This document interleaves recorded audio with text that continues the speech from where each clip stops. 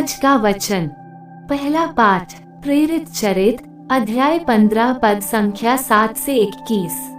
जब बहुत वाद विवाद हो चुका था तो पेत्रुस ने उठकर ये कहा, भाइयों, आप जानते हैं कि ईश्वर ने प्रारंभ से ही आप लोगों में से मुझे चुनकर निश्चय किया कि गैर यहूदी मेरे मुख से सुसमाचार का वचन सुने और विश्वास करें। ईश्वर मनुष्य का हृदय जानता है। उसने उन लोगों को हमारे ही समान पवित्र आत्मा प्रदान किया। इस प्रकार उसने उनके पक्ष में साक्ष्य दिया और विश्वास द्वारा उनका हृदय शुद्ध कर हम में और उनमें कोई भेद नहीं किया। जो जुआ न तो हमारे पूर्वज ढोने में समर्थ थे और न हम, उसे शिष्यों के कंधों पर लाद कर आप लोग अब ईश्वर की परीक्षा क्यों लेते हैं?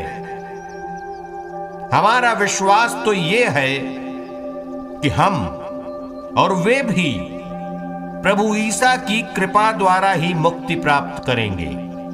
सब चुप हो गए और वे बरनाबस तथा पौलुस की बातें सुनते रहे, जो उन चिन्हों तथा चमत्कारों के विषय में बता रहे थे जिन्हें ईश्वर ने उनके द्वारा गैर यहूदियों के बीच दिखाया था।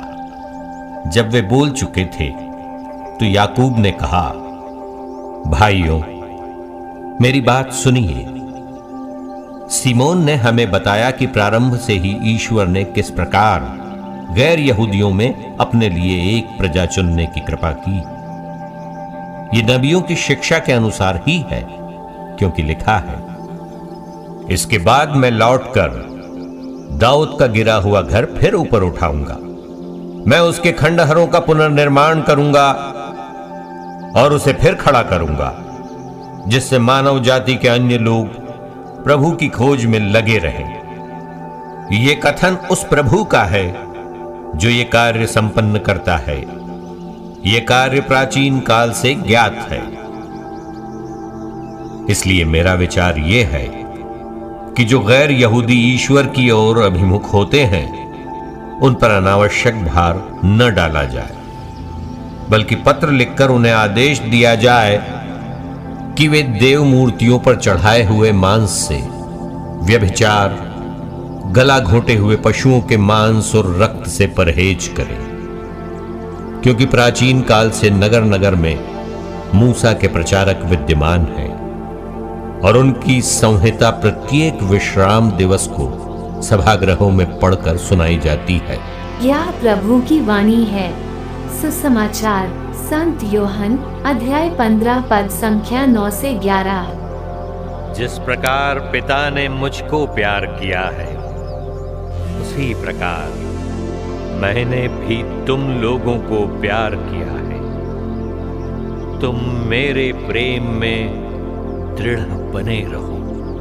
यदि तुम मेरी आज्ञाओं का पालन करोगे तो मेरे प्रेम में दृढ़ बने रहोगे।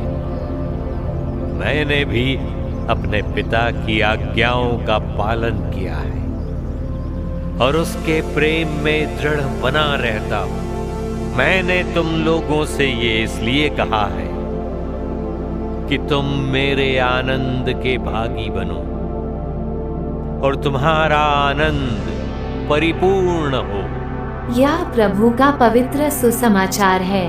आमीन। आज का चिंतन। परमेश्वर प्रेम का स्रोत है, क्योंकि उन्होंने सारी सृष्टि को बेइंतहा प्यार किया। मनुष्यों के प्रति उनका प्रेम और उनकी दया उसी प्रेम का प्रत्युत्तर है। प्रेरित पौलुस बतलाते हैं कि हम आनंद और आशा से परिपूर्ण हैं, क्योंकि परमेश्वर ने पवित्र आत्मा के द्वारा हमारे हृदयों में अपना प्रेम भर डाला है। उन्हीं के प्रेम में हम अनुग्रह, जीवन, शांति और परिपूर्णता को पाते हैं। आज यीशु अपने शिष्यों को एक नई आज्ञा देते हैं, जो प्रेम करने का एक नया तरीका है। ये प्रेम बलिदान है, इसलिए प्रेम में अपने प्राणों की आहुति देना सबसे बड़ा प्रमाण है। यीशु ने अपने शिष्यों के लिए अपना जीवन गंवा दिया और क्रूस पर असहाय कष्ट झेला।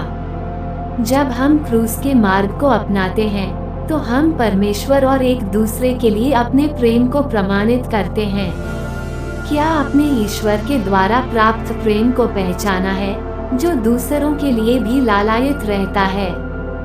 तो आइए आज हम ईश्वर से प्रार्थना करें और कृपा मांगे कि जिस प्रकार ईश्वर ने हम सबों से प्रेम किया, उसी प्रकार हम भी एक दूसरे से निस्वार्थ प्रेम कर सकें। आमीन।